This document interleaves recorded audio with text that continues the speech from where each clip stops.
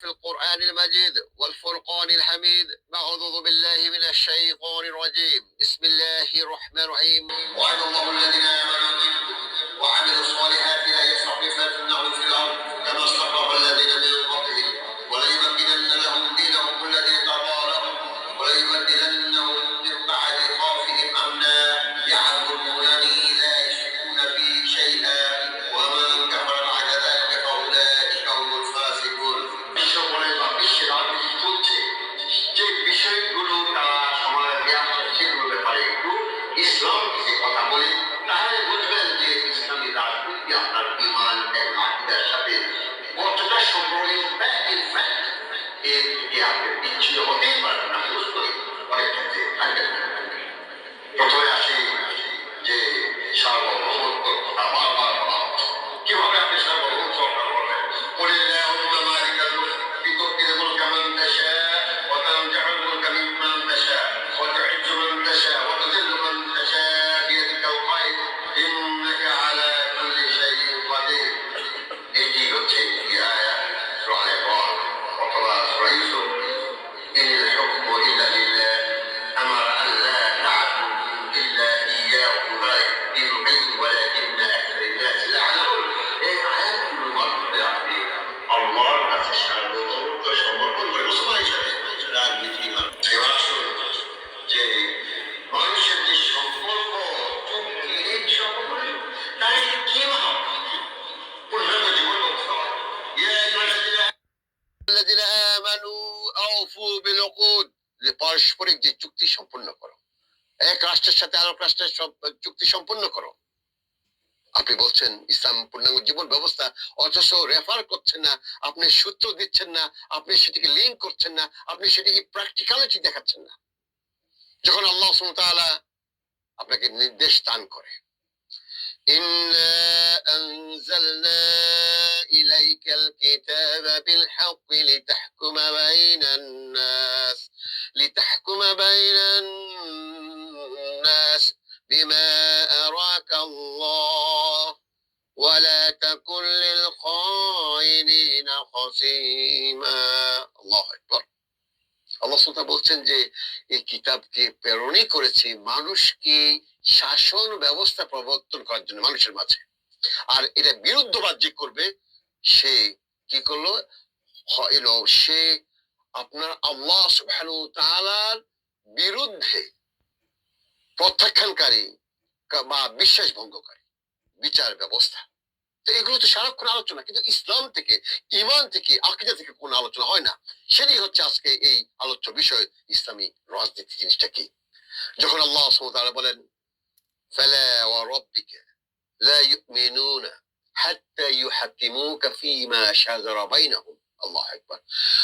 যে আল্লাহ সুবহানাহু ওয়া তাআলা কসম খেয়ে বলছেন যে তোমাদের কোনো ঈমানই নাই যতক্ষণ না পর্যন্ত রাসূল সাল্লাল্লাহু আলাইহি সাল্লামের বিচারকে না মানো বা ওনাকে বিচারক হিসাবে তোমরা নিজেদেরকে আত্মসমর্পণ না করো।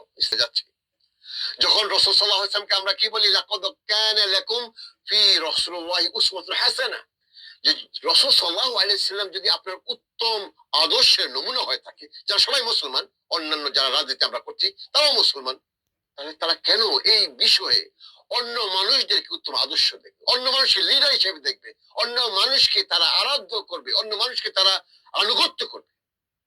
এবার আসে শেষ পয়েন্ট, সেটি হচ্ছে যে আমি বলেছি আরেকটি বিষয়, যে যারা সরকার বা আপনার আমরা বলি পার্লামেন্টারি ল্যাঙ্গুয়েজে যে মিনিস্টার্স, ক্যাবিনেট মিনিস্টার্স বা এক্সিকিউটিভ বডি, যারা দেশের শাসন ব্যবস্থা ইমপ্লিমেন্ট করে, আর ইসলামের এই শাসন ব্যবস্থা ইমপ্লিমেন্ট করে কে? আল খিলাফা। আজকে সেই আলোচনা আদৌ নেই।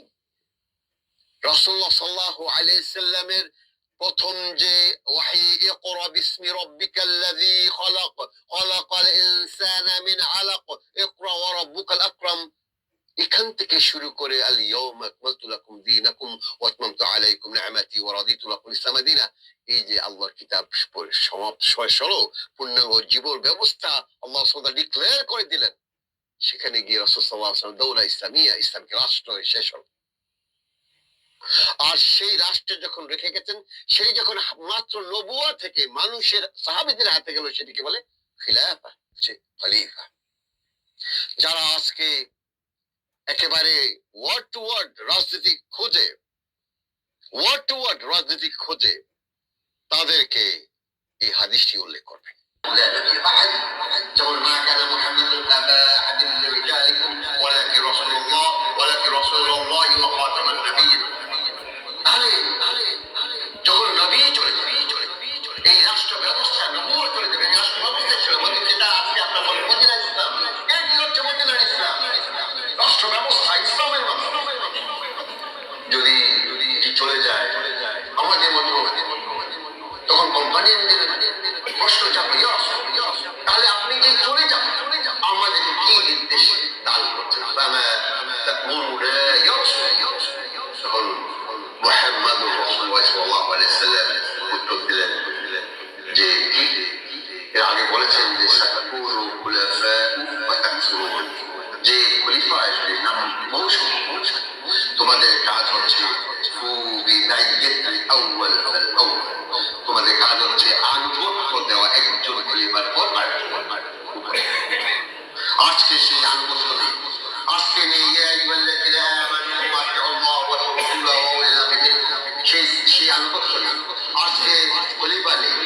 এই না থাকার কারণে আমরা সবাই। আর আমরা যদি এই খলিফা প্রত্যাবর্তনের রাজনীতি না করি, খিলাফত রাষ্ট্র ব্যবস্থা প্রত্যাবর্তনের রাজনীতি না করি, তাহলে কালকে এমন আপনি যে মুসলমান, আপনি আলেম হন আর ফকিহ হন আর হাফিজ হন, যে আপনি একজন মুসলমান, সেটি কোনো অবস্থাতেই গ্রহণ করতে পারবেন। তাহলে কি করতে হবে? এই খিলাফা পুনঃপ্রতিষ্ঠার রাজনীতি আসবে ইমিডিয়েটলি। আপনি হন আর না হন, জড়িত হন আর না হন, এই খিলাফা আসবে। কারণ ফাইনাল মেসেঞ্জার মুহাম্মাদুর রাসূলুল্লাহ সাল্লাল্লাহু আলাইহি ওয়াসাল্লাম বলেছেন